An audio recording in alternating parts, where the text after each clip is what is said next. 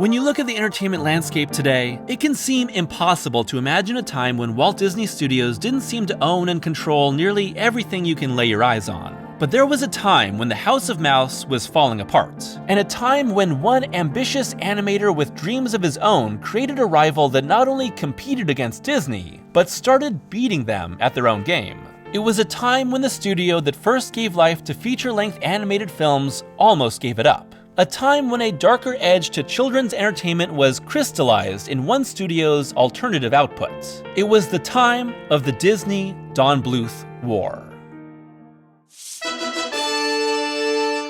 The filmmaking history of Walt Disney Animation Studios can be segmented into 7 distinct eras that define the studio's feature film output. The Golden Age, from 1937 through 1942. The Wartime Era, from 1943 through 1949. The Silver Age, from 1950 through 1959. The Bronze Age, or Dark Age, from 1960 through 1988. The Disney Renaissance, from 1989 through 1999. The Post-Renaissance Era, from 2000 through 2009. And the Revival Era, from 2010 until now. A few years ago, I did a pair of videos that discussed Sleeping Beauty and 101 Dalmatians, and how these two films sat at the intersection of the end of the Silver Age and the beginning of the Bronze Age. As Sleeping Beauty's expensive production and box office flop necessitated major changes at Disney Studios, with the company adopting xerography to cut costs through copying pencil sketches into cell animation. At the time, the major change also created a really dynamic shift in animation style, and I think 101 Dalmatians is one of the coolest looking animated films ever made. The financial success of Dalmatians led to 2 major changes: the continued use of xerography in the films that followed, and Walt Disney's declining involvement with the features, instead focusing on other projects like Disney World. But when Walt died on December 15, 1966, Disney Studios underwent a series of changes that left it increasingly rudderless. Studio co-founder Roy O. Disney would pass away in 1971. Longtime animators would retire. Creative direction was split between executives, and budgets continued to be cut with each feature. It was during this time that director Wolfgang Reitherman became a key figure in keeping Disney moving forward, being one of the 9 old men and serving as either director or producer on 8 consecutive feature films from 1961 through 1981. You don't really have to look any further than Robin Hood in 1973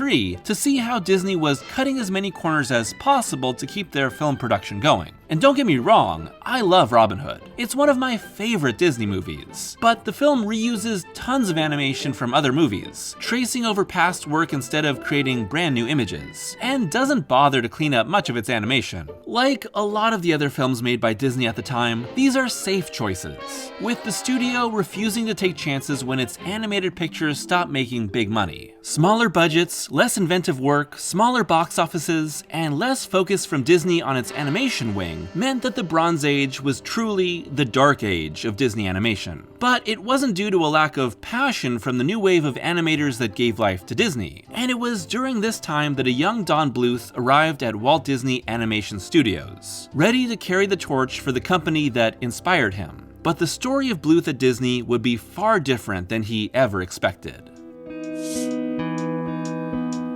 Don Bluth was born on September 13, 1937, a few months before Walt Disney would make history with Snow White. "I don't know what I would have been if I didn't pursue animation," said Bluth. "It's all I have ever wanted since I saw Snow White and the 7 Dwarfs in the theater as a child. I saw that and said to myself, I want to do that." During his childhood, Bluth would regularly ride his horse to the town movie theater in El Paso, Texas, to watch the latest Disney movies and then go home and copy every Disney comic book I could find. And in his early years, Bluth's life was divided by his passion for animation and his time in the Church of Jesus Christ of Latter-day Saints. A year attending Brigham Young University, working as an assistant for John Lounsbury in the production of Sleeping Beauty, 2 years in Argentina on a Mormon mission, producing musicals at a local theater in Culver City, California. Bluth would return to the animation industry in 1967, creating layouts for The Archie Show and Sabrina the Teenage Witch with Filmation, before returning to Disney in 1971 as an animation trainee. There, he would work on sequences in Robin Hood and Winnie the Pooh and Tigger 2, before being promoted to directing animator on The Rescuers. Bluth's rise through the ranks at Disney was fast, quickly putting him alongside the remaining members of the 9 Old Men.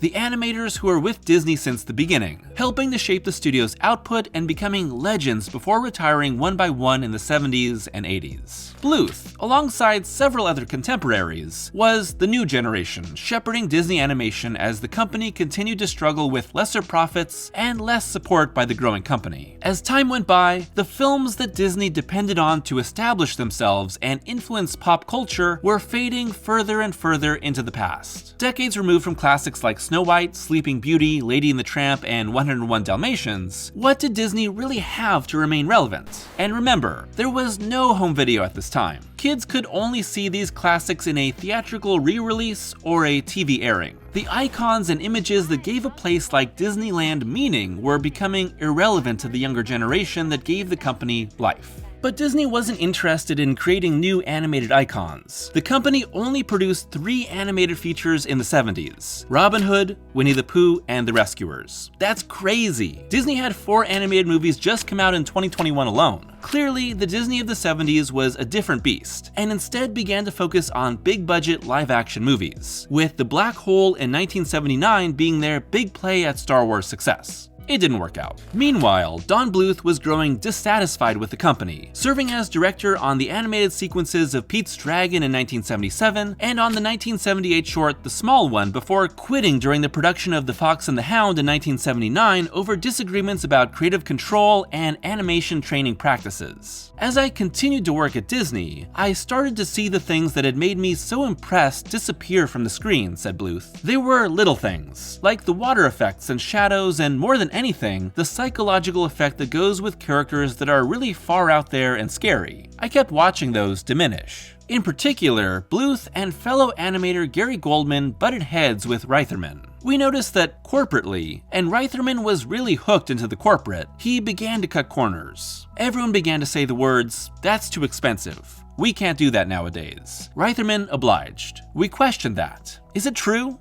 You can't do that nowadays? So at some point, we decided we would experiment. But Bluth didn't just quit. Bluth made his own animation studio, Don Bluth Productions, with Gary Goldman and John Pomeroy, and took 14 of his fellow animators with him. Suddenly, Walt Disney Animation Studios was not only entering the darkest period of their company history, they had competition unlike any they'd had before. But the road ahead wouldn't be easy for either side in the Disney-Don Bluth war. With the studio established and animators on the payroll, Bluth and company set out to prove themselves with the short film Banjo the Woodpile Cat and the animated segment of Xanadu before going all in on their first feature film, an adaptation of the children's novel Mrs. Frisby and the Rats of Nimh for The Secret of Nimh, which debuted on July 16, 1982. The film opened unopposed by any Disney animated film, with the next Disney animated feature being The Black Cauldron in 1985. Nimh wasn't just Bluth's shot at animated feature success away from Disney, it was his counterpoint to their cost-cutting methods. Instead of the xerography and reuse of old animation, Don Bluth Productions rotoscoped live-action footage for smoother and more realistic animation. Backlighting shined through color gels for matte shots. A wide array of color palettes provided a diversity in tone and atmosphere. And as far as actual storytelling and plot goes, Nimh is emblematic of the Don Bluth animated movie. Which is to say that it's messed up, man. Like the book it adapts, it's the story of a widowed field mouse whose journey to save her family brings her into the world of a colony of mystical rats for a dark and dangerous adventure. And when I say this is classic Bluth animation, I mean that it's got a dark, melancholic tone, a whole bunch of murder, extreme child endangerment, and Dom DeLuise. But it's great. I love Secret of Nimh, and I watched it way too many times as a kid, and it messed me up for good. And while Nimh would cost a little more than $6 million to make, it would only be a modest hit, making $14.7 million at the theater, enough to prove Bluth's viability as a studio, but nowhere near the $63 million of the recent Fox and the Hound. Nimh's so-so financial performance didn't stop Bluth from planning an animated adaptation of the Norwegian folktale East of the Sun and West of the Moon, as well as an adaptation of Beauty and the Beast. However, Don Bluth would run into his great nemesis for the first of many times after the release of Nimh. No, not Disney. The circumstances of the industry he worked in. Cue the 1982 animator strike, which lasted 10 weeks over sending US animation overseas. And the additional strain from the strike caused Don Bluth Productions to file for bankruptcy and shut down. It was the first of many unfortunate circumstances for Bluth, but even then, the creator couldn't be stopped. Bluth had created the Bluth Group in 1981 and had been simultaneously working on a video game with advanced microcomputer systems, Dragon's Lair, which debuted in arcades in 1983 and is hard as hell. It's also, surprise surprise, extremely unconventional. Dragon's Lair was an on-rails adventure game almost completely composed of animated cutscenes, where players executed a timed action or chose a direction to move the story forward. Yes, it was one of the first QuickTime event games, and was basically only QuickTime events. Also setting it apart was its full-motion video animation, using Bluth's very recognizable style to bring Dirk the Daring's rescue of Princess Daphne to life. And to overcome frame rate and resolution limitations, the game used Laserdisc for storage. After a 7-month production that cost roughly $3 million, the uniqueness of Dragon's Lair made it a fast hit at arcades, leading to Bluth and company quickly following it up with the similar Space Ace in 1984. But once again, Bluth was met with circumstances he couldn't predict or overcome. Cue the video game crash of 1983, which stopped the Dragon's Lair sequel's production and forced the Bluth Group to file for bankruptcy on March 1st, 1985. Dragon's Lair is seen as a unique classic now, with the game being ported to new systems over and over, but back-to-back bankruptcies left Bluth in search of a new way forward. Things weren't all that much better at Disney Animation. The Fox and the Hound in 1981 was a solid financial success, but not anywhere near the box office take of The Rescuers, which had been the third highest grossing film of 1977. Still, after years of treading water and refusing to innovate, Disney was ready to take a chance on a story that had been long in the works. An adaptation of Lloyd Alexander's Chronicles of Pride and book series, The Black Cauldron.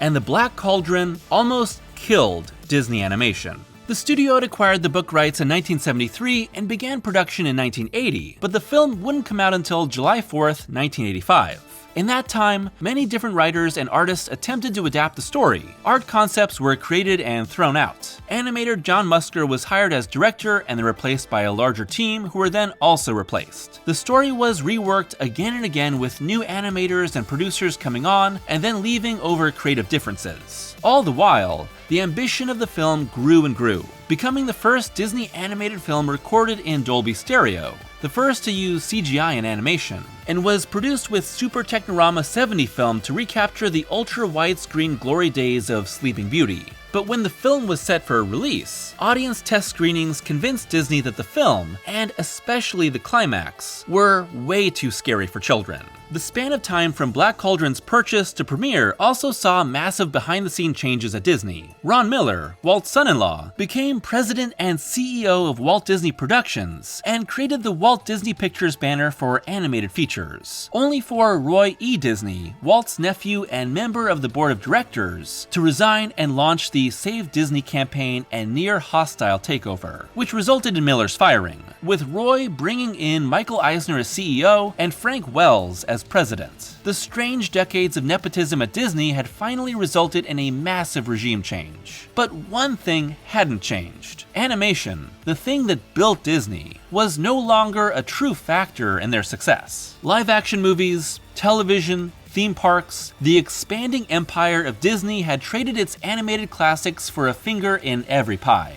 And when the Black Cauldron became an albatross around Disney's neck, they were ruthless. Enter recently appointed Disney Studio chairman Jeffrey Katzenberg, who demanded the film be cut down to remove the frightening sequences, creating a visibly and audibly choppy climax. The Black Cauldron had become a behind-the-scenes nightmare for Disney, and when it debuted, it became a public nightmare too. After constant reworking, Black Cauldron surpassed its $25 million budget to cost a total of $44 million. The box office total, $21.3 million domestically. Even the Care Bears movie did better than this. Disney was so ashamed of the film that they refused to release it on home video for more than a decade. And seriously, even with the cuts, this movie's messed up, man. After the Black Cauldron's lofty ambitions were met with dismal failure, it seemed as if Disney Animation might have no future. In 1985, Disney Animation was moved off the studio lot and into a warehouse down the road to make more room for lucrative live-action productions. Adult dramas with Touchstone, prestige pictures with Miramax. Eisner considered closing down Disney Animation, cutting the company's losses from an increasingly irrelevant side of business, and favoring overseas productions and reissues of old films over making anything new in-house. It seems as if the only reason animation production wasn't cut was because animators were already at work on Basil of Baker Street, the movie that would become The Great Mouse Detective. Directed by John Musker and Ron Clements, two men that would prove vital to Disney's future. But for now, Disney Animation was in serious trouble, and Don Bluth was about to stage his comeback. Following several dead ends, Bluth and creators from his first studio partnered with businessman Morris Sullivan to create Sullivan Bluth Studios in 1985. And at the height of its success, the studio was composed of 21 departments and 350 people. This Van Nuys, California animation studio gave Bluth another chance to rival Disney and create his own vision, but with one difference. They teamed up with Steven Spielberg and his production company Amblin Entertainment, who had become powerhouses with films like Poltergeist, E.T., Gremlins, and Back to the Future. Amblin had been working with Disney to create Who Framed Roger Rabbit, and the taste of animated success drew them to Bluth. The result was An American Tail in 1986. Spielberg played a hands-on role in the creation and editing of the script, review of Bluth's storyboards, and editing of the film, but Bluth seemed to enjoy the collaboration, stating, "Steven has not dominated the creative growth of Tail at all. There is an equal share of both of us in the picture."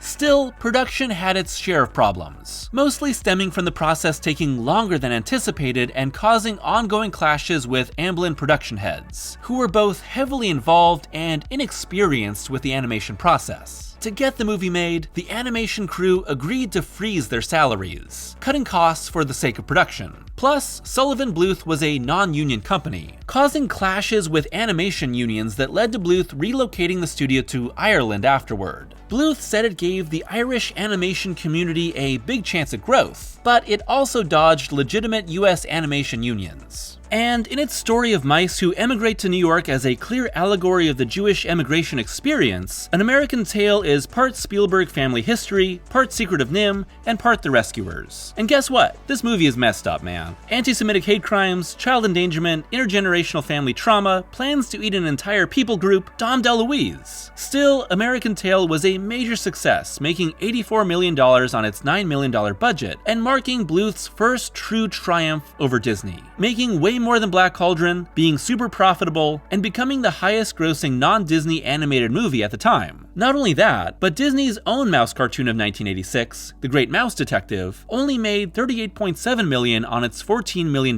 budget, looking far worse when released so close to its fellow rodent competition. Very suddenly, the tide had turned in Bluth's favor. Bluth and Spielberg quickly went to work on The Land Before Time, with George Lucas brought on board, with the movie making $84.5 million on a $12 million budget, once again proving the viability of Bluth's alternative to Disney. And, well, Land Before Time is traumatizing as hell, with Littlefoot's mom's death being one of the worst things to have ever happened to me. But the initial cut was even scarier. Spielberg demanded 11 minutes cut after complete animation had been done, helping the movie achieve a G rating instead of PG, and mostly focusing on cutting down Sharptooth's attacks and removing moments of peril for the young dinosaurs, which is crazy because kids are constantly almost dying in this movie. Bluth was really all in on terrifying his audience and making me cry. The success of Spielberg's collaboration with Bluth, however, might have been a little too successful, as Amblin would end their partnership with Bluth and create their own animation company in 1989, Amblimation, which left Bluth behind.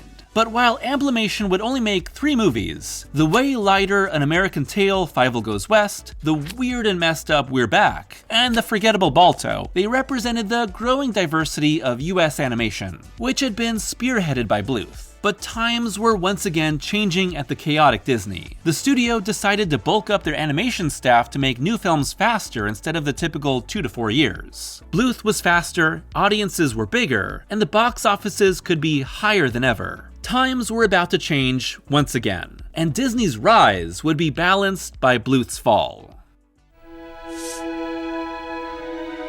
The first result of Disney's accelerated schedule was the Dom DeLuise-voiced Oliver and Company in 1988, which debuted the same day as the DeLuise-less The Land Before Time, directly announcing Disney's intentions of beating Bluth. The result was not what Disney intended, as Land opened at number 1, while Disney's star-studded Oliver opened at number 4. The final box office results were mixed, with Oliver eventually grossing more in North America and Land grossing more in total worldwide. Still, Oliver's long-term success marked a massive turnaround, leading to Disney animation executive Peter Schneider announcing plans to release a new animated feature every year. And the next movie would be The Little Mermaid in 1989, directed by John Musker and Ron Clements. But if you're talking about The Little Mermaid and the Disney Renaissance as a whole, you cannot discount Howard Ashman and Alan Menken, who had found limited off-Broadway success with productions like Little Shop of Horrors before being brought on by Disney. And after most of the Disney Dark Age had left the musical approach of the Golden Age behind, Ashman and Menken brought it back full force with The Little Mermaid. I'm talking big old Broadway musical numbers here, all the classical musical structure on display, combined with a bigger production, and Disney animation was back. Meanwhile, Bluth and co-director Gary Goldman found more freedom than ever at their Ireland studio, now no longer working with Amblin and Universal, and instead given $70 million by Goldcrest Films to make 3 movies. And guess what? 1989's All Dogs Go to Heaven is messed up, man. Filled with dog death, children in mortal peril, visions of hell, and Dom DeLuise. Even without Spielberg's control, the film was once again edited to remove scenes that proved to be too intense for young viewers during test screenings. Once again, Disney and Bluth would go head-to-head, releasing Little Mermaid and All Dogs Go to Heaven on the same day, but the results would be much different than last time. The Little Mermaid was a bigger hit than Oliver, earning $84.4 million in North America, while All Dogs would make only $27.1 million. After a decade, Disney was back on top, and the Disney Renaissance had arrived. But it wasn't all artistic and critical success. Most people, especially those at Disney, choose to forget about The Rescuers Down Under in 1990. The belated sequel was innovative, becoming the first feature film to be completely created digitally through the use of the Computer Animation Production System, CAPS, and used digital ink and paint with digital cell compositing. No more time-consuming by-hand cell painting. These were techniques that would define the Disney Renaissance, allowing for a detailed and painterly look that had more in common with the intensive and expensive Sleeping Beauty instead of the decades of xerography. But the film was an immediate financial disappointment, opening in 4th place. As a result, Jeffrey Katzenberg, always the brutal overseer, pulled the movie's advertising after the first weekend, cutting losses and essentially abandoning the film.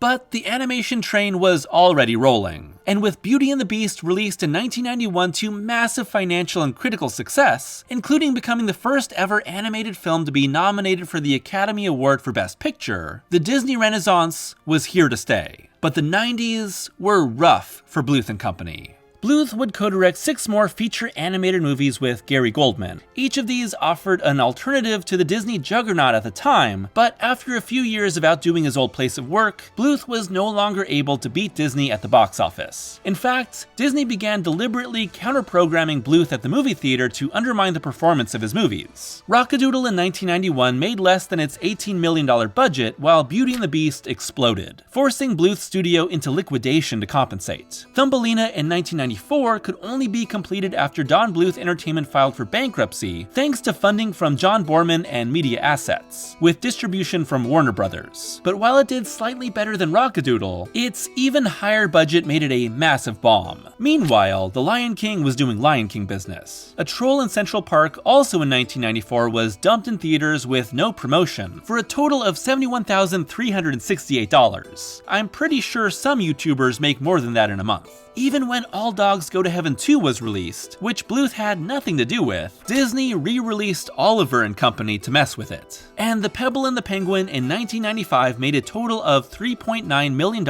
against its $28 million budget, with its production extremely compromised by MGM's demands, leading to Bluth telling his staff at one point, "I can't chew with someone else's mouth." This final financial disaster led Sullivan Bluth Studios to declare bankruptcy and shut down in October 1995. Yes, The Land Before Time went crazy style on the franchise approach, making 13 direct-to-video sequels that spanned from 1994 through 2016, but Bluth, Spielberg, and Lucas weren't involved. These were purely Universal joints, and it's obvious because they weren't messed up. The once promising animation alternative of Don Bluth and his collaborators had flamed out as Disney roared back onto the scene. Not only were audiences not interested, but they didn't like what Bluth was offering. And really, when you compare Bluth's approach to animated storytelling, what was once progressive and exciting compared to the stodgy Disney of the 80s was left in the dust as Disney kicked into high gear. But it's not entirely fair to compare the two sides of this war. One was a man with a vision that he wanted to unburden from corporate control, working with limited money and the distributors that would give him a chance. The other was a mega corporation that could employ the best of the best at any given time, constantly churning out new, exciting films that had no real constraints. Bluth and Goldman, however, weren't done.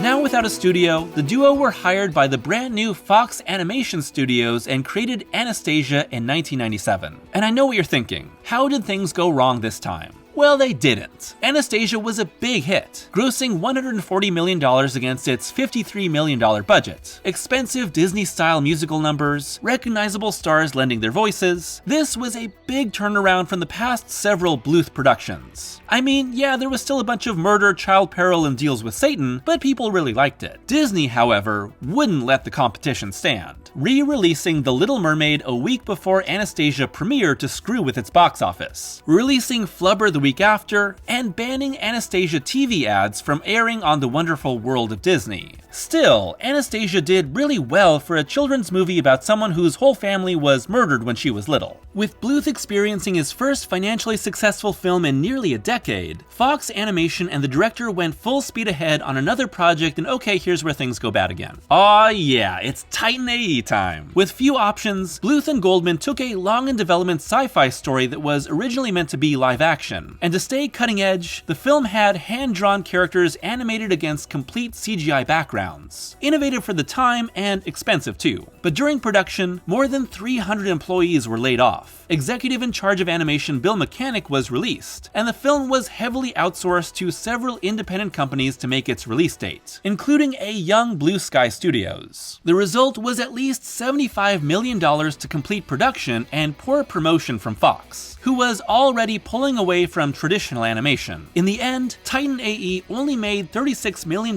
worldwide in 2000, costing Fox as much as $100 million.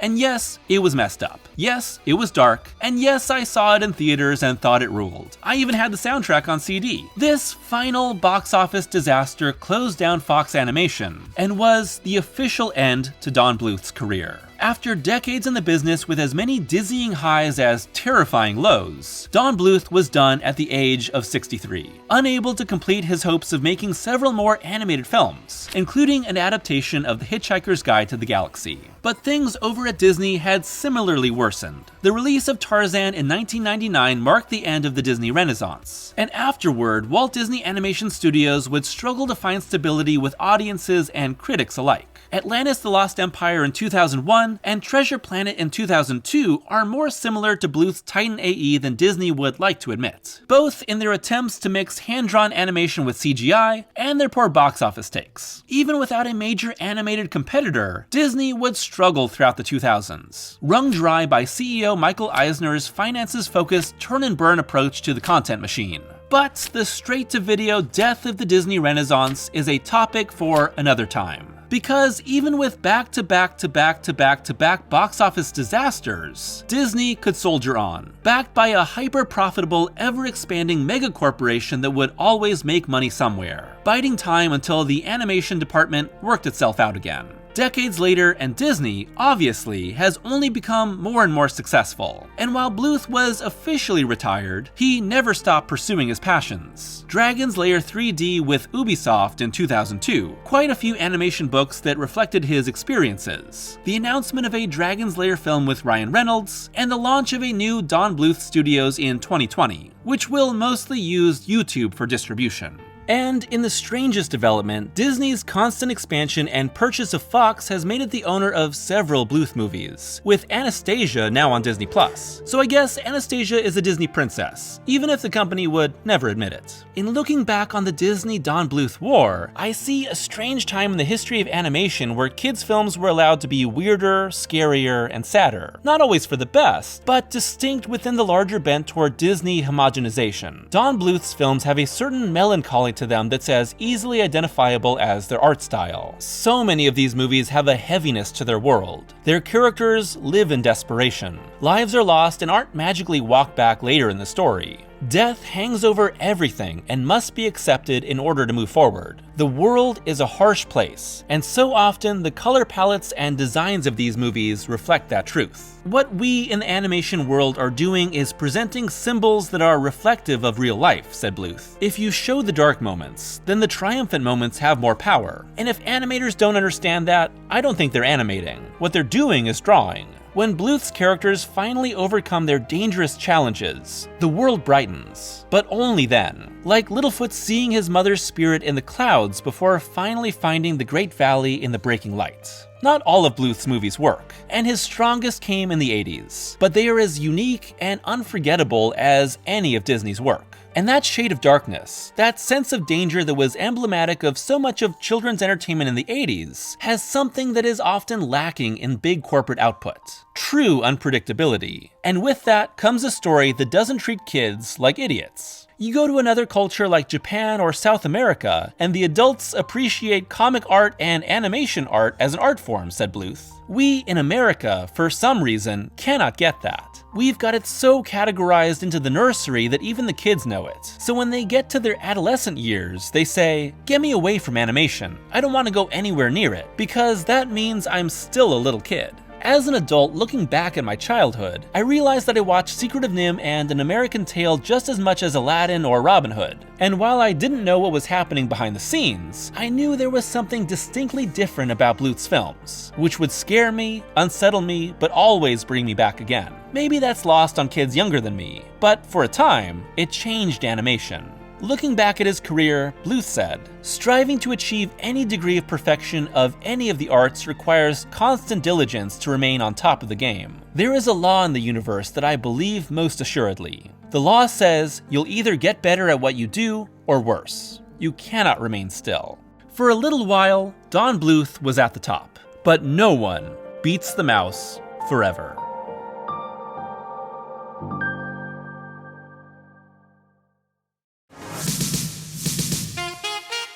Thanks for watching today's video. Covering the history of Don Bluth and the dark age of Disney animation is maybe a little out of the ordinary for my channel, but it's a topic I've had in mind for quite a while. As I mentioned in the video, I grew up on Bluth films like Secret of Nimh, An American Tail, and Land Before Time, and also American Tail, Fievel Goes West, even though he didn't do that himself. So the filmography of Don Bluth has been with me for years. Likewise, there's a lot of Dark Ages Disney films that I also watched a ton as a kid. And of course, I was a huge fan of a lot of the Disney Renaissance films. And as I grew older, my taste in animation evolved. But those early Bluth films that I watched so much as a kid always stuck with me. And over time, I also learned more and more about who Don Bluth was and his split with Disney. And it just became a super fascinating topic for me. So of course, I wanted the chance to really dig into it and see the truth behind everything, as well as paint a picture of both Bluth's rise and fall and Disney's fall and rise. So hopefully you enjoyed going along on that ride with me. Personally speaking, my favorite Bluth movie is probably Secret of Nimh. And to be fair, I don't think there's a lot of great Bluth movies that happened in the 90s. However, I am a big fan of a lot of Disney movies, even from the Dark Age and of course from the Renaissance. As I mentioned, Disney's Robin Hood is a personal favorite of mine, and I wore out my family's VHS recording of that when I was a little kid. But I'm also a huge fan of Oliver & Company, Why Should I Worry is a jam, and my favorite Disney Renaissance movie is Beauty and the Beast, which is actually one of my favorite movies of all time, just generally speaking. I would love to hear your thoughts on the filmography of Don Bluth, Disney in both the Dark Age and the Renaissance, and generally your thoughts on the evolution of animation. Also, if you love Titan AE like I do, I'd love to hear from you. There's gotta be at least 2 of us in the world. As I briefly mentioned in the video, I have an idea about talking about the death of the Disney Renaissance, and specifically a focus on the absolute insanity that was Disney direct-to-video sequels in the 90s. So if you're interested in that video, which would act as a sort of bookend to this one, let me know. The Disney Renaissance has been covered in so many videos and Disney documentaries over the years, so I don't feel the need to cover it directly, but these two videos would act as a sort of commentary on the entire context of that era of Disney. As always, a huge thank you to my patrons for their continued support. If you'd like to be a patron, it's only $1 a month for early access to every video and exclusive Patreon audio reviews. So until next time, I hope that you're taking care of yourselves, looking out for one another, and have maybe been inspired to watch a Don Bluth movie. See you again soon.